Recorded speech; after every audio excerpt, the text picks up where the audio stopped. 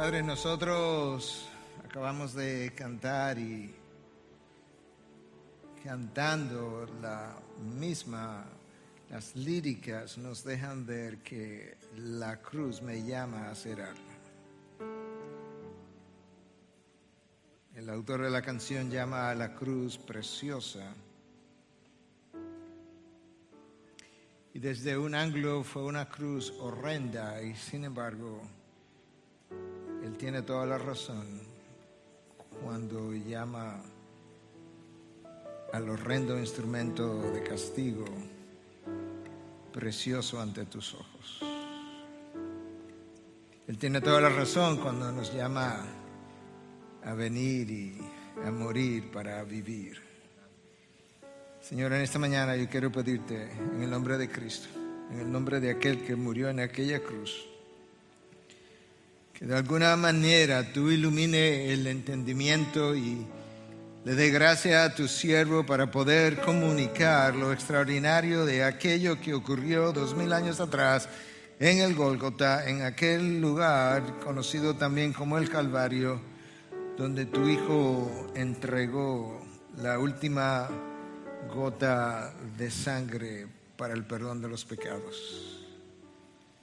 Y ayuda a tu pueblo a entender la cruz de una manera que jamás le permita o nos permita continuar viviendo de la misma manera. Te lo pedimos en Cristo Jesús y su pueblo dice amén, amén. Podemos sentarnos. Bienvenidos a la casa del Señor,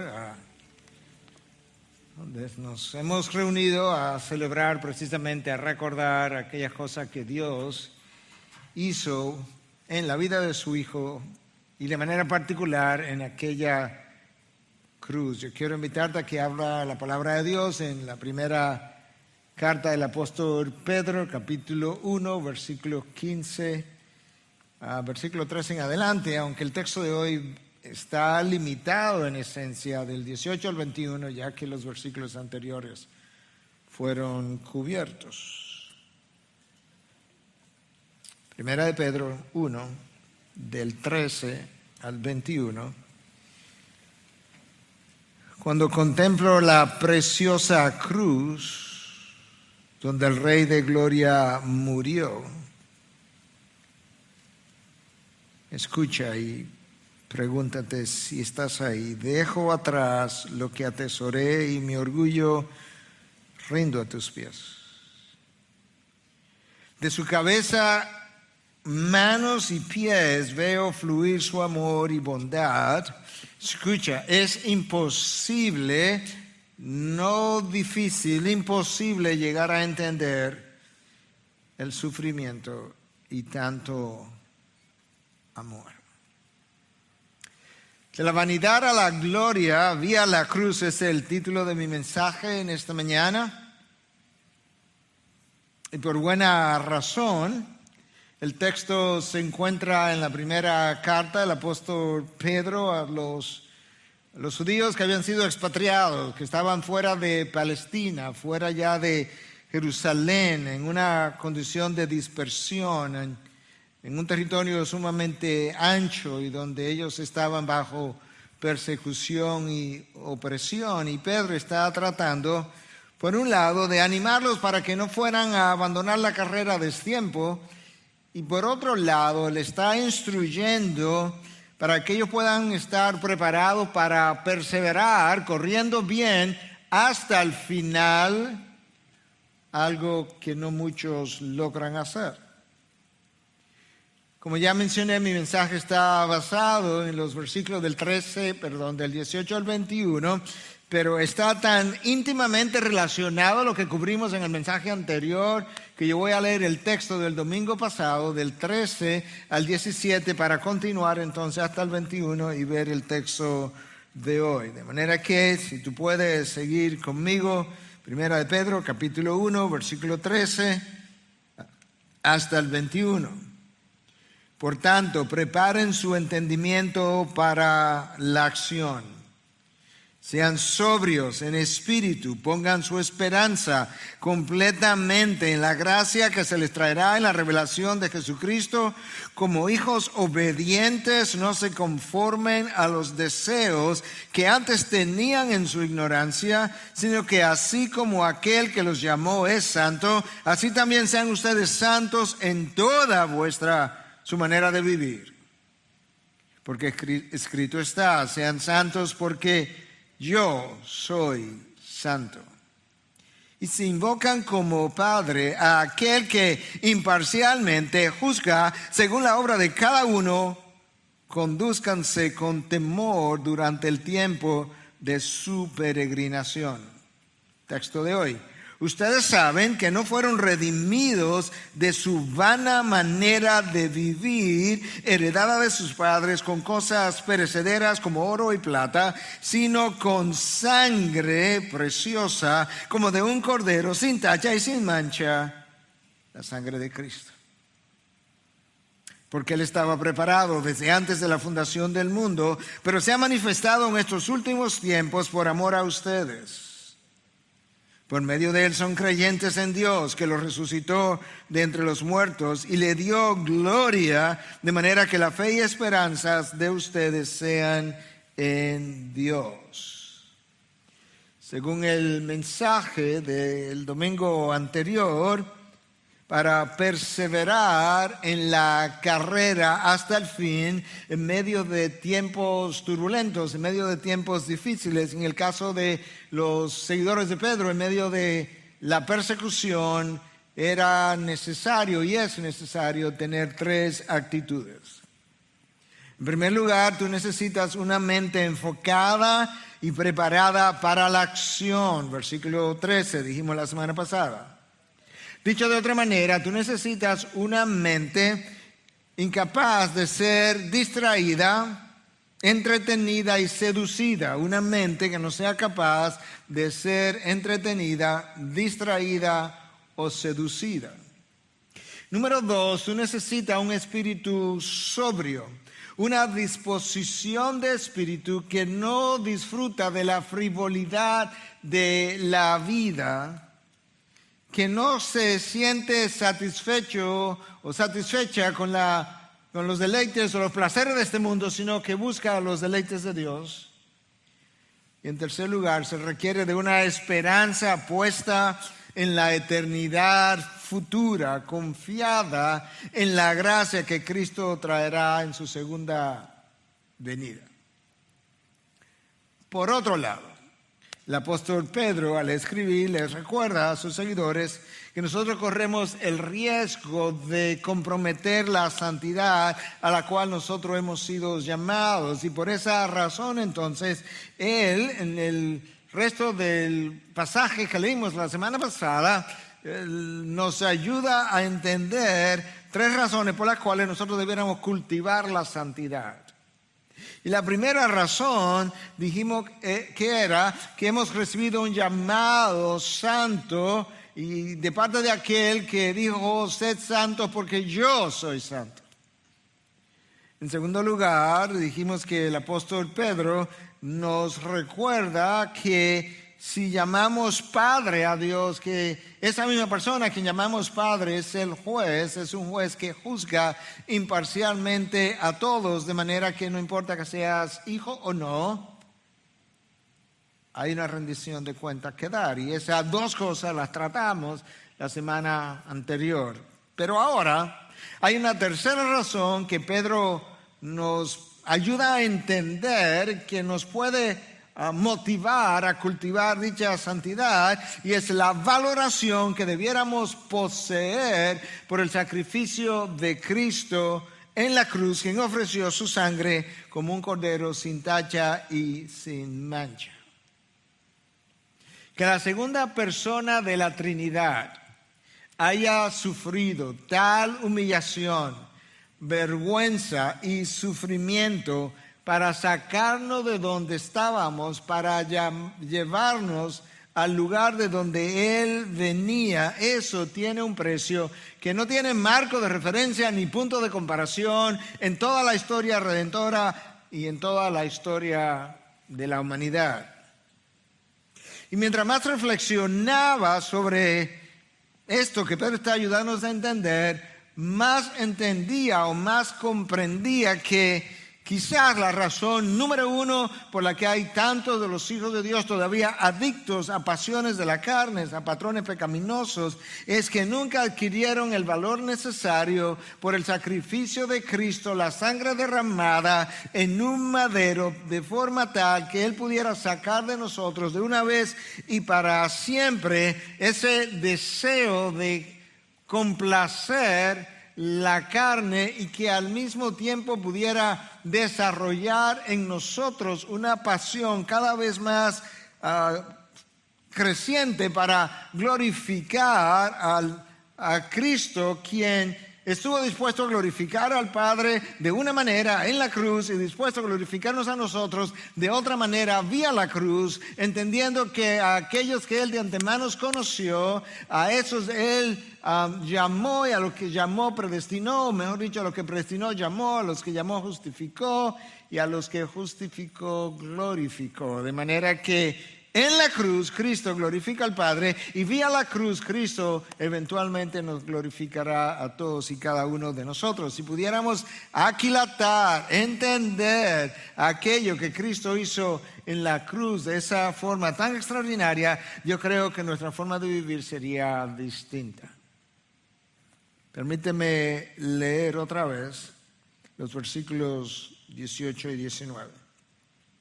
Sabiendo que no fuisteis redimidos de vuestra vana manera de vivir, heredada de vuestros padres, con cosas perecederas como oro o plata, sino con sangre preciosa como de un cordero, sin tacha y sin mancha, la sangre de Cristo. Ahí hay 2 versículos, 3 palabras claves. Y vamos a desarrollar el mensaje alrededor de esas 3 palabras claves. Una es redimidos, la otra es vana y la tercera es sangre. Vamos a ver la primera, redimidos. La palabra redimido viene del mundo antiguo. Un esclavo era redimido de esta manera. Él iba al templo de un dios o una diosa pagana, pagaba un dinero por su liberación a esa diosa. A partir de ese momento, entonces, él quedaba libre. El dinero iba vía el tesoro del templo al dueño del esclavo, quien era ahora libre ante la sociedad, libre ante los hombres, pero era considerado de ahí en adelante esclavo del dios o la diosa a quien él le pagó el dinero, y él le servía por el resto de su vida tratando de complacer a esa divinidad por haberle libertado, de manera que él se consideraba esclavo de ese dios. Pedro dice, pero ustedes no fueron redimidos con cosas perecederas, con dinero, es más, ni siquiera con oro y plata, los metales considerados como preciosos a lo largo de la historia.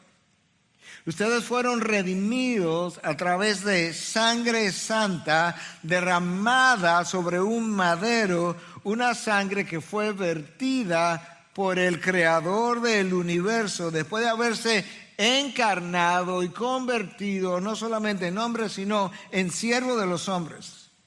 Aquel que estuvo dispuesto a pagar el mayor precio para sacarnos a nosotros de nuestra esclavitud fue vendido por uno de los suyos y negado por uno de sus mejores amigos, no una vez, no 2 veces, sino 3 veces. En la antigüedad, como ya aludíamos, el esclavo que era libertado se consideraba esclavo de ese dios o diosa, pero él hacía hasta lo imposible por complacer a dicha divinidad, quien él creía que lo había libertado, y estaba dispuesto a vivir su vida por temor a las consecuencias, pero tratando de complacer a este Dios.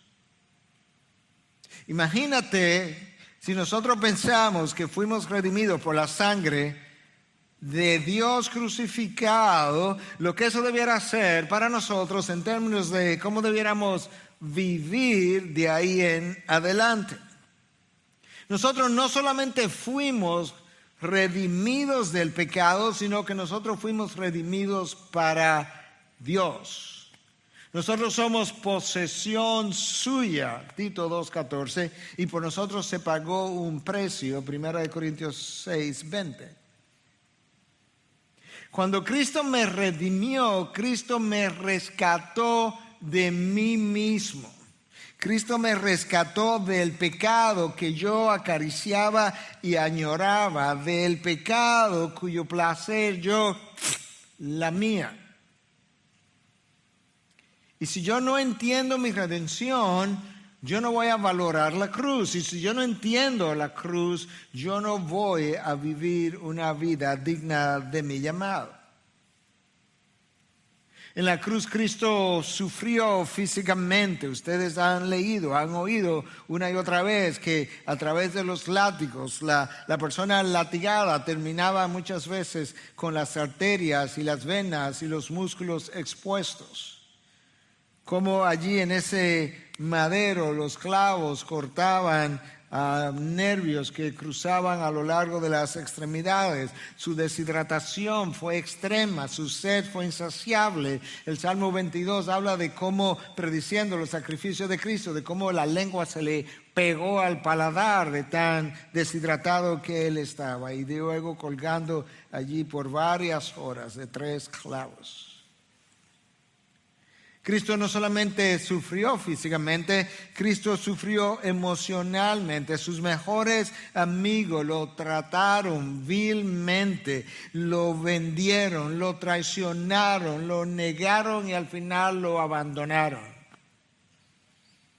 No todos los vendieron, no todos los negaron, pero todos los abandonaron. Y Cristo sufrió espiritualmente porque estando allí en la cruz, sufrió el acoso, el ataque de todos los poderes de las tinieblas, forzándolo a rendirse en el último momento. Y si eso no hubiese sido suficiente, experimentó la soledad, no solamente de los amigos que no estaban ahí para confortarle, experimentó la soledad del Padre que lo abandonó y lo dejó hasta tal punto que él clamó: Dios mío, ¿por qué me has abandonado? Si yo puedo entender eso, yo voy a vivir de otra manera. Y como diría alguien, la cruz prueba mi estilo de vida, pone a prueba mi estilo de vida. El entendimiento de la cruz, lo que allí ocurrió, lo que allí se hizo por mí, me sirve para yo evaluar si mi estilo de vida es comparable a lo que pasó allí a mi favor. Yo fui redimido de mi condición. Y ya entendiste un poco de qué trata esta redención. Pero ahora el apóstol Pedro me explica algo más. Me dice que fuimos redimidos de vuestra vana, esa es la segunda palabra. La primera, redimidos, ya la vimos, de vuestra vana manera de vivir heredada de vuestros padres. Y yo creo que nosotros leemos eso. De hecho, cantamos una canción que dice, que habla acerca de la vana senda del placer. La cantamos, leemos cosas como esta y no nos hemos detenido a pensar a qué es que se refiere la vana forma de vivir. Y yo quisiera emplear entonces un tiempo en ayudarnos a rumiar algo más, porque eso es lo que me va a permitir aquilatar el valor de la cruz y quizás llevarme a vivir de una manera completamente diferente a como quizás hasta hoy he estado viviendo. Una vana manera de vivir, vana es vacío, una vana manera de vivir es el estilo de vida que el mundo me ofrece. La vana manera de vivir es el estilo de vida que tú y yo llevábamos antes de venir a Cristo.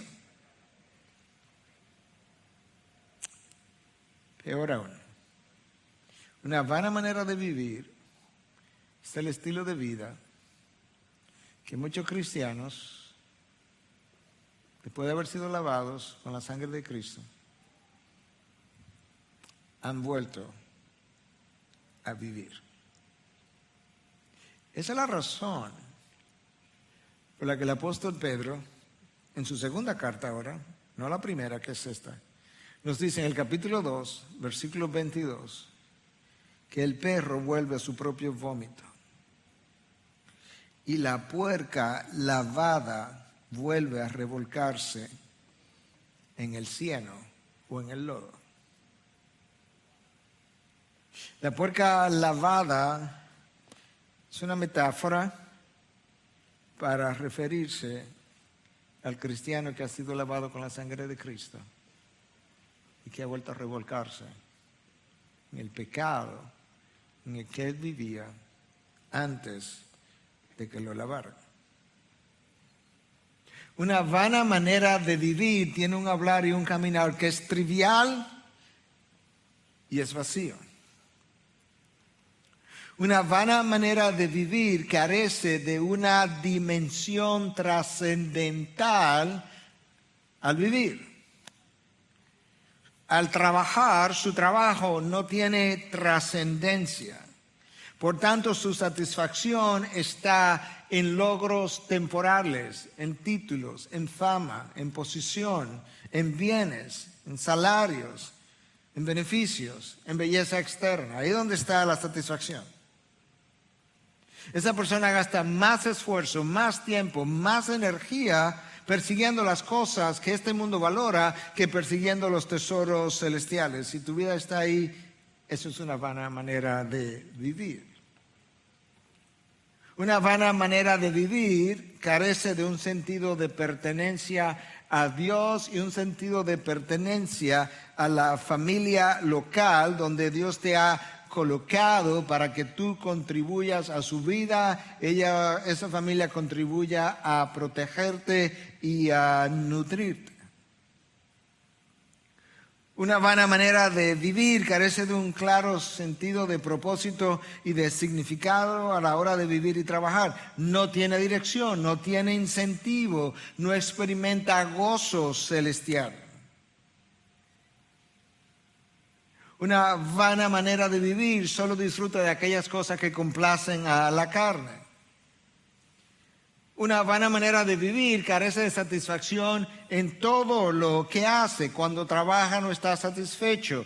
Cuando hace vida social no está satisfecha. Cuando hace familia no está satisfecha. Cuando hace relaciones sociales, ya mencioné, no está satisfecho. Cuando va a la iglesia no está satisfecho. Cuando hace amistades no está satisfecha. No hay nada debajo del sol que pueda satisfacerlo o satisfacer esa vida, porque solamente una relación íntima con Dios es capaz de producir tal satisfacción después que tus pecados han sido lavados. Solamente eso puede darte un sentido trascendental de la vida, un sentido profundo de tu existencia, un sentido de pertenencia. Solamente esa relación con Dios puede darte sentido de propósito y significado a hacer las tareas más cotidianas, las tareas más pequeñas, y solo eso te puede dar un sentido sobrenatural de gozo mientras nosotros seguimos aquí caminando como peregrinos y extranjeros hasta entrar en gloria, mientras caminamos en esta tierra extraña en la que tú y yo nos encontramos. Esa persona entiende, esa persona que ha encontrado esa relación con Dios, entiende que aquellas cosas que tú haces de este lado de la gloria, por pequeña que sean, guardan una relación con la vida más allá. No importa si se trata de ver un paciente que va a morir en el tiempo, o de dar una charla sobre COVID, o tener una reunión. Esas cosas de este lado tienen un sentido trascendental cuando tú has entendido verdaderamente tu llamado y lo estás viviendo, y por tanto la cruz te dirige en una dirección a vivir cada aspecto de tu vida de tal forma que hay trascendencia en lo que tú haces día a día. Cuando se tiene una vana manera de vivir, la vida se siente como Salomón la sintió. ¿Tú quieres saber cómo la sintió Salomón? Yo te voy a decir. Porque Salomón se perdió. Se perdió en el camino, se perdió en los matorrales. Y él escribió un libro, dejó el testimonio de cómo luce una vida vana. Escúchame, tú puedes entender mucho mejor si lees a Salomón cómo es que luce una vida vana, la vana manera de vivir. Eclesiastés 1:13, segunda parte.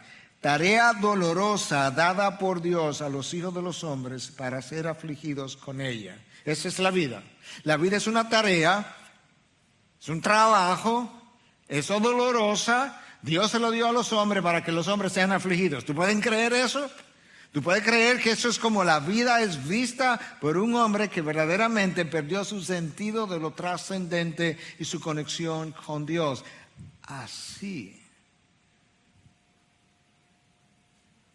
ven muchos la vida, pero dolorosamente muchos de los hijos de Dios todavía ven la vida como dolorosa, simplemente como una tarea dolorosa.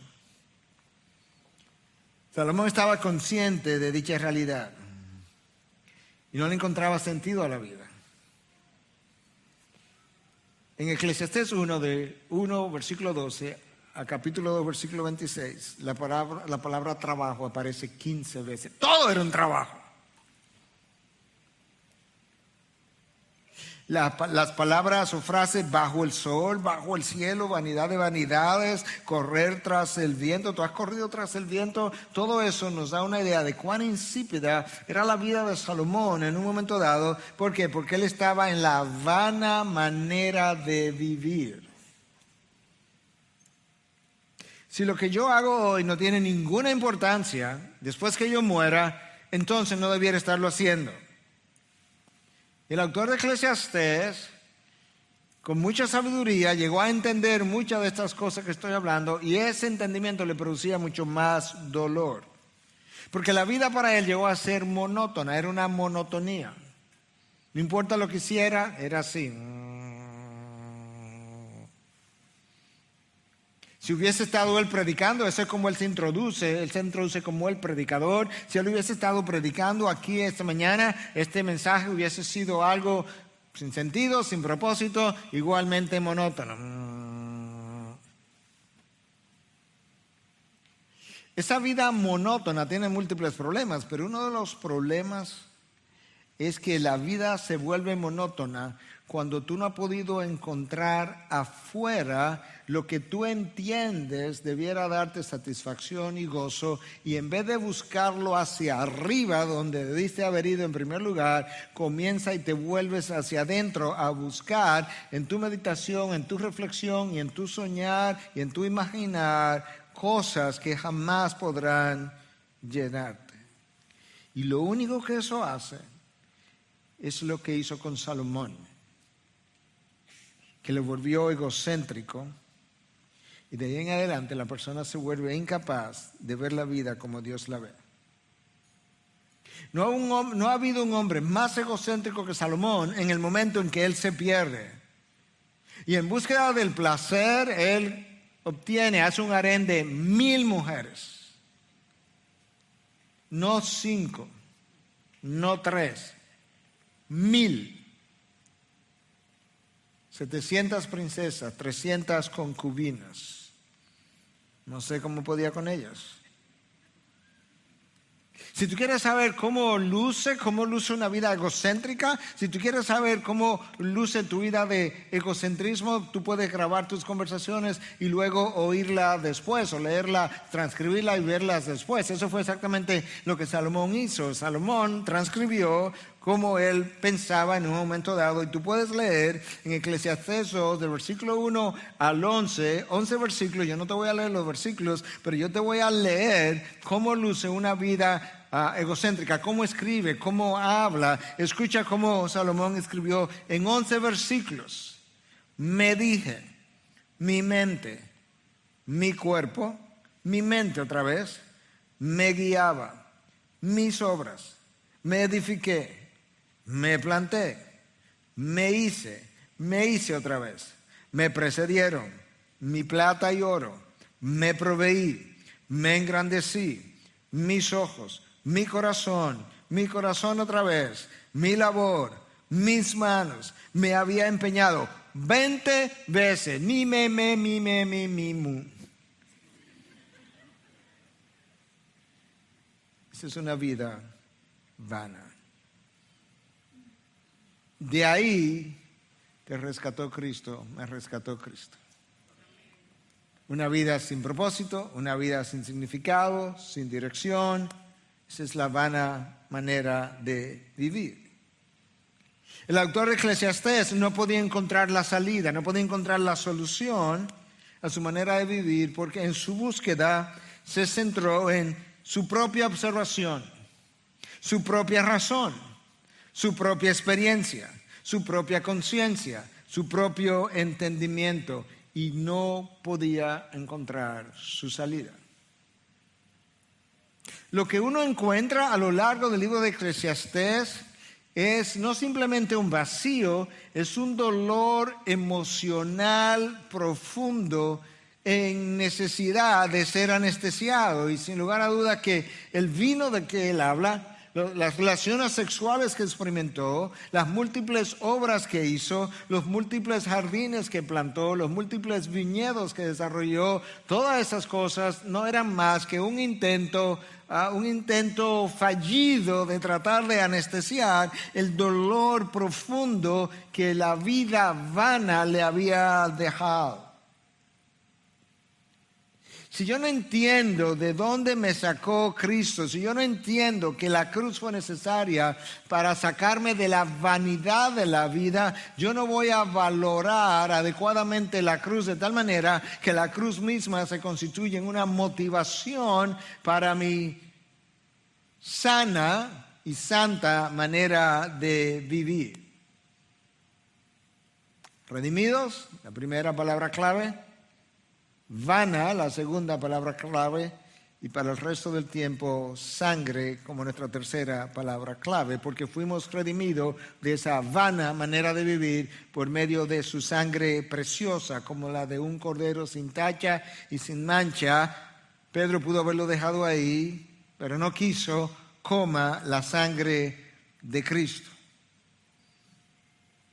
Ese cordero sin tacha y sin mancha era todo lo opuesto de lo que tú y yo somos. La palabra pecado, de acuerdo a este académico John Goldingay, citado por otro académico Derek Tidball en su libro The Message of the Cross, el mensaje de la cruz, esa palabra pecado tiene múltiples connotaciones en la Biblia. Entre los significados más frecuentes, escucha, está fracaso, rebelión, transgresión, transgredir, desviarnos del camino correcto, mancha, infidelidad, entre muchos más. De manera que cuando tú leas otra vez o escuche que Cristo te redimió, Cristo nos redimió de una vida de fracaso, de una vida de rebelión, de una vida de transgresión, de un andar por un camino torcido y de una vida marcada por la infidelidad. De ahí nos sacó Cristo.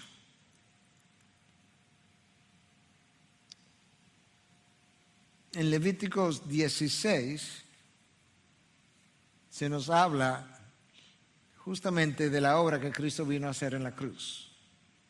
Se describe con lujo de detalles el día de la expiación. El día más sagrado de todo el calendario religioso del pueblo hebreo. El día en que el sumo sacerdote, tipificando al futuro Cristo que vendría, llegaba al tabernáculo, llegaba al templo con toda su ropa de gloria, su pectoral con las 12 piedras preciosas representando las 12 tribus de Israel, se quitaba su ropaje de gloria simbolizando la encarnación de Cristo que había dejado la gloria, se quedaba con una especie de bata blanca, lo que en inglés llaman de ephod, y con esa bata blanca tipificando la santidad de Cristo, ofrecía sacrificio por el perdón de los pecados y una vez de todo el pueblo. Y una vez terminado, volvía a vestirse de gloria, tipificando el regreso a la gloria de Cristo Jesús. Todo eso para mencionarte que en ese capítulo 16 del libro de Levíticos, este mismo académico, Derek Tidball, habla de que hay 4 palabras para referirse al pecado que nos ayudan a entender no solamente la gravedad de mi pecado, sino que me ayuda a entender también la belleza de la cruz, la sangre vertida para limpiarme y lavarme de estas cosas, yo quiero brevemente mencionarte estas cuatro palabras. Polución es una de ellas, que implica una contaminación profunda, dañina e intensa. De esa contaminación me lavó la sangre de Cristo.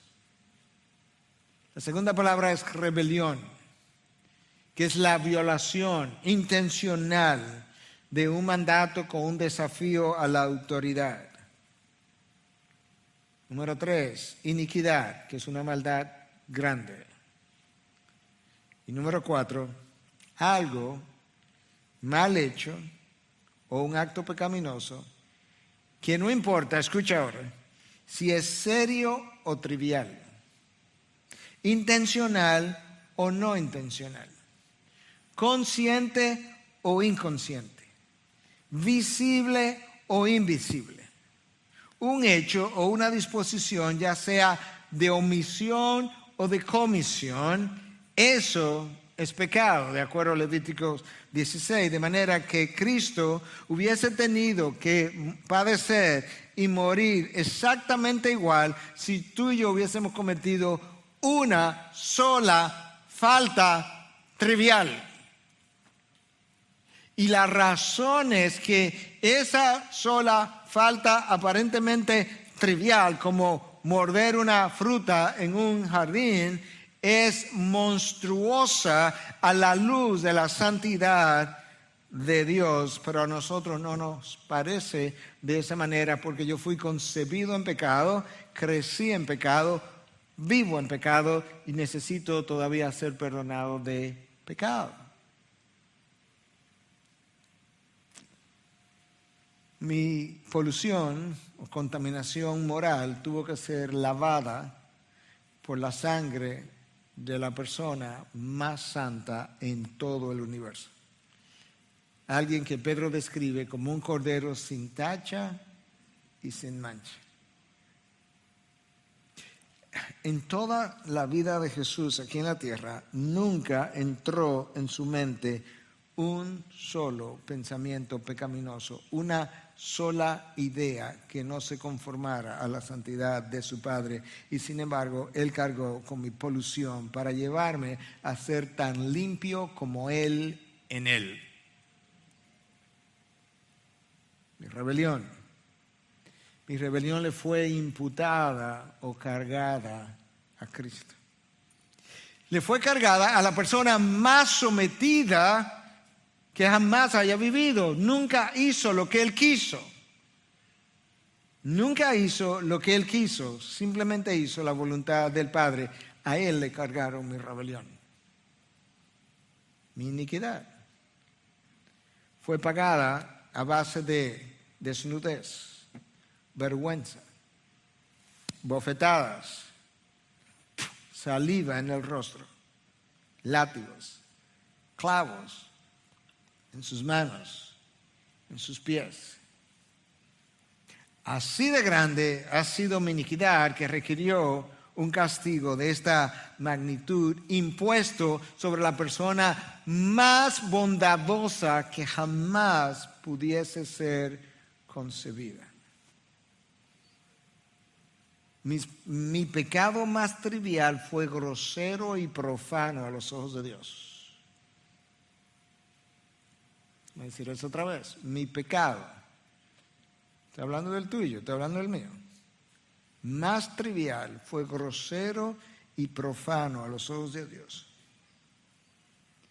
Y aún uno de esos pecados triviales hubiese requerido la cruz de Cristo. El valor de la cruz de Cristo es monumental. Que el Hijo de Dios, calificado por Pedro como un cordero sin tacha y sin mancha, haya venido al más acá para llevarme más allá, le agrega trascendencia a mi vida, porque aquí yo puedo comenzar a experimentar cosas que están conectadas, relacionadas y que tienen valor incluso vividas desde cierto ángulo para la vida venidera. La verticalidad de la cruz, cuando fue sembrada en el Gólgota, apuntaba hacia un reino futuro, hacia una dimensión futura de trascendencia, de manera que la cruz le agrega trascendencia a mi vida. El Cordero de Dios que quita el pecado del mundo se encarna, se hace hombre, se hace siervo y estuvo dispuesto a perdonar mis pecados para hacerme parte de una familia, y eso entonces le agrega sentido de pertenencia a mi vida que Adán y Eva perdieron cuando fueron expulsados del jardín del Edén.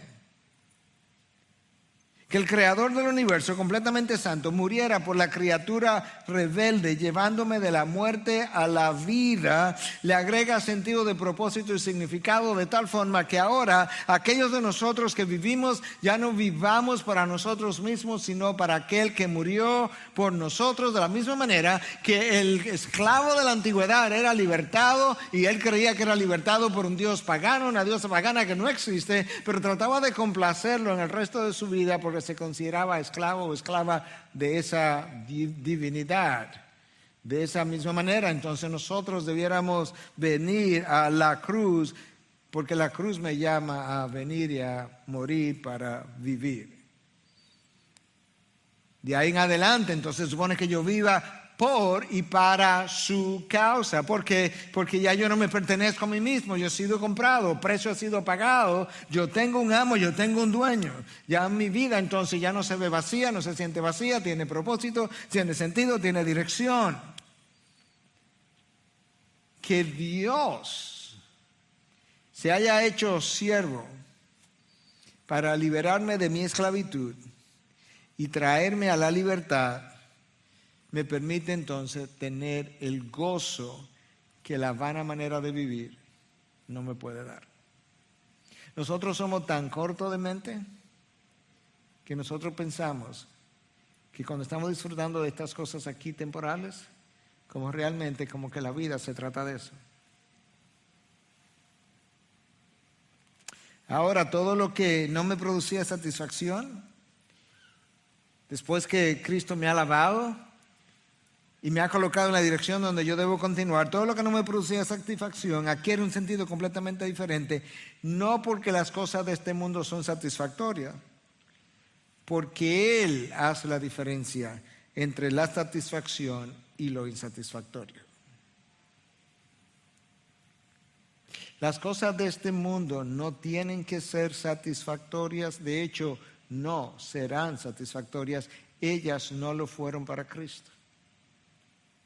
Las cosas de este mundo no tienen que ser satisfactorias porque este mundo no se trata de mí, mi vida no se trata de mí, y si no se trata de mí, ¿por qué tienen que satisfacerme a mí? Lo que tienen que hacer es satisfacer a Dios, y yo lo que necesito es llevar a cabo las cosas que necesito hacer en este mundo de una manera que satisfagan a aquel que dio la vida de su Hijo por mí. Las cosas de este mundo no tienen que ser satisfactorias porque Él es mi satisfacción. Escucha esta cita. Presta atención. No pestaña. No es mía. Pero escucha. La redención es comparable con el precio pagado. ¿Tú crees que el precio pagado, la sangre de Dios clavado, ¿tú crees que es inmenso?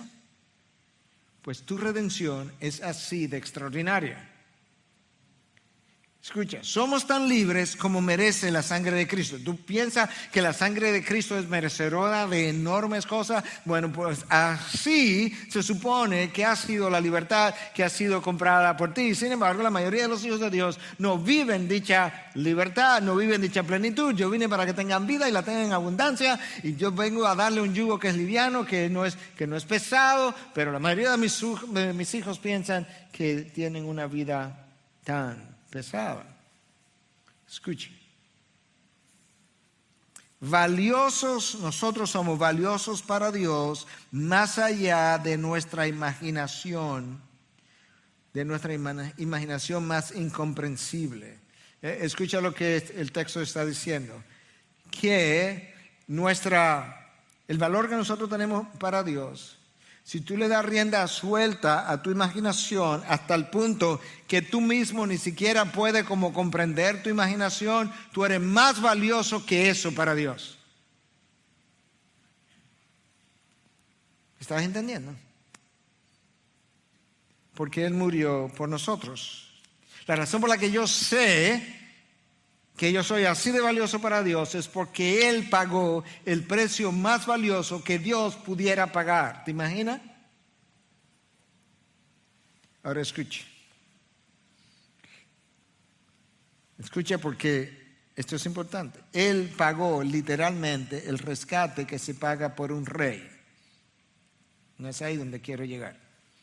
Pero mi rescate, el precio del rescate mío es como, en vez de yo ser esclavo, hubiese sido un gran rey y se hubiese pagado un rescate por mí.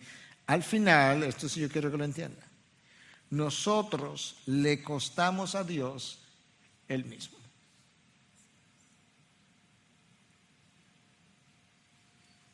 Al esclavo que iba a un templo pagano, su libertad le costó un dinero que alguien le dio, alguien le regaló, un tío, un primo, un sobrino, un amigo, alguien le proveyó el dinero y él fue y pagó su libertad. Eso fue lo que le costó. Cuando Dios quiso, y lo pagó él, el mismo esclavo, cuando Dios quiso comprar mi libertad, a él le costó. Pero no le costó algo que él dio, le costó que él dio como de su bolsillo, le costó él mismo. Él fue el pago. Dios demandaba un precio por mi libertad, Él lo sabía. Él entendía que el precio por mi libertad era tan alto que solamente Él lo podía pagar y Él fue y lo pagó. Pero Él fue y lo pagó no solamente por mi perdón, Él lo pagó por mi transformación y por mi libertad. ¿Escuchaste? Dios pagó un precio para que mis pecados fueran perdonados y ahí donde se quedan muchos los hijos de Dios. No, Dios pagó un precio para que después que mis pecados fueran perdonados, entonces yo continuara siendo transformado a la imagen de aquel que pagó el precio y que yo pudiera experimentar la libertad que Él compró y no que me volviera a amarrar otra vez en patrones de pecados y volver al lodo donde vuelve la puerca. No, para eso no fue que Él me compró, Él me lavó para que yo pudiera disfrutar de libertad plena. Dios estaba airado contra el pecado del hombre y Dios pagó el precio para que la ira de Dios pudiera ser levantada. Por eso es que Juan dice en Juan 3:36 que el que no cree en el Hijo, la ira de Dios permanece sobre él. Claro que Dios estaba airado contra el pecado del hombre. Si Dios no hubiese estado airado contra el pecado del hombre, ¿cómo tú explicas la expulsión de Adán y Eva del Edén? Si Dios no estaba airado con el hombre, con el pecado del hombre, ¿cómo tú explicas que Dios quemara 2 ciudades, a Sodoma y a Gomorra?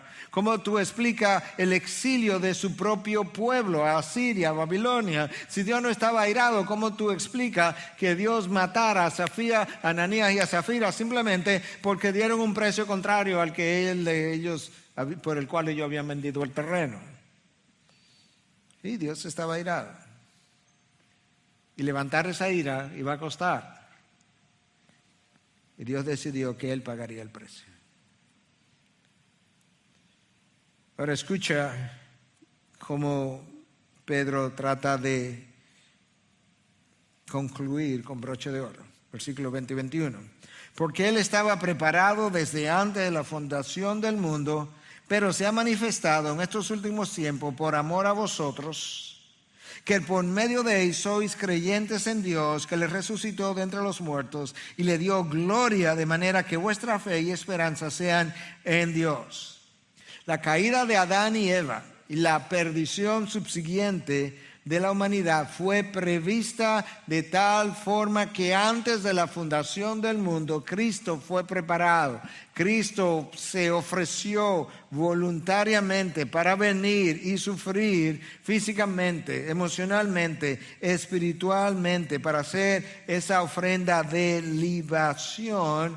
Y aunque Él se manifestó hace 2000 años más o menos, y hace 2000 años que Él ofreció el sacrificio, la realidad es que Adán y Eva aún no habían sido creados, el mundo, el universo entero no había sido creado, y ya la Trinidad se había reunido, había profetizado, por así decirlo, previsto una caída y una redención, y el pago de la misma, que sería Cristo mismo y lo haría por amor a nosotros.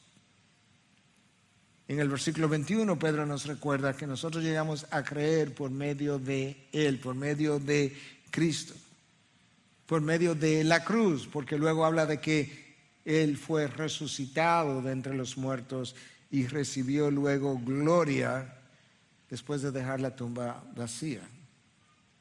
Ahora, escucha el broche final con el que Pedro termina, que nosotros fuimos redimidos, dice Pedro, de manera que vuestra fe y esperanza sean en Dios. Tú recuerdas cómo nosotros comenzamos leyendo en el versículo 13, escucha: por tanto, preparen su entendimiento para la acción, sean sobrios en espíritu, pongan su esperanza completamente en la gracia que se les traerá en la revelación de Cristo Jesús. Pedro comienza con esperanza y termina con esperanza. Pongan, dice Pedro, su esperanza completamente en la gracia que se les traerá, versículo 13 y versículo 21, de manera que vuestra fe y esperanza sean en Dios. Que no pongan su fe en nada que no sea Dios, en nadie que no sea Dios pongan su esperanza. Su esperanza no está en el próximo gobierno, su esperanza no está en el próximo trabajo, su esperanza no está en mejoramiento de las condiciones globales, de las condiciones políticas, de cambios climáticos. Su experiencia está en Dios, quien te creó, te compró, te sacó de la vana manera de vivir, te dio libertad, pagó Él mismo por tu libertad. Es en Dios que está tu esperanza y en nadie más. En el Dios que sufrió por ti físicamente, emocionalmente, espiritualmente, para pasarte de la vanidad a la gloria vía la cruz. La cruz fue el puente. La cruz fue el puente que te pasó de la muerte a la vida, de la oscuridad a la luz, de la vanidad a la libertad, de la iniquidad a la santidad, de los placeres de la carne a los deleites de Dios, de la condenación a la absolución, de ser esclavos a ser hijos, del llanto al canto, de la corrupción a la glorificación y de la destitución en el Edén a la restitución en la cruz, en Cristo Jesús, para su reino, para su gloria, porque reinaremos con Él. Me destituyeron en el Edén, me restituyeron en el Gólgota. Me bajaron de mi posición en la tierra, me suben en los cielos, porque con Él reinaremos. Y todo eso vía la cruz, pasándonos de la vanidad a la gloria. ¿Te imaginas el valor de la cruz? ¿Te imaginas lo que entender, recordar continuamente la belleza de lo que ocurrió allí en la cruz haría para tu estilo de vida, para tu forma de vivir, tu forma de pensar, tu forma de hablar, tu forma de tratar, de relacionarte, para tu vida completa? Por eso es que Pedro nos da 3 razones para vivir en santidad hasta el final. El llamamiento santo de parte de aquel que es santo, porque Él es santo, sed santos. El hecho de que tu Padre es el juez que juzga imparcialmente y por tanto todos tenemos cuenta que rendir. Y número 3, la redención a precio de sangre de tu vana manera de vivir para pasar de esa vanidad a la gloria por medio de la cruz de Cristo. Padre, gracias. Gracias por el sacrificio de tu Hijo que no acabamos de comprender. ¿Cómo? Es imposible comprender tal sufrimiento y tan grande amor. Padre, gracias por tu palabra que abre los ojos del entendimiento para nosotros aquilatar la obra de Cristo a favor nuestro. Oh Dios, perdónanos cuando nosotros no hemos vivido de una manera que honre el sacrificio de tu Hijo. En esta mañana nosotros quisiéramos por así decirlo, seguir predicando vía canción, proclamando de qué manera yo he sido lavado, de qué manera yo he sido pasado de una realidad a una mejor realidad. Y después, Señor, ayúdanos a regresar para agradecerte lo que has hecho. En Cristo Jesús te lo pedimos. Y su pueblo dice, amén, amén. Gracias por acceder a este recurso. Espero que haya sido de gran bendición para tu vida. Te sugiero que te suscribas a este canal de forma que tú puedas recibir notificación la próxima vez que hayamos subido un nuevo recurso que pueda servirte de instrucción y bendición.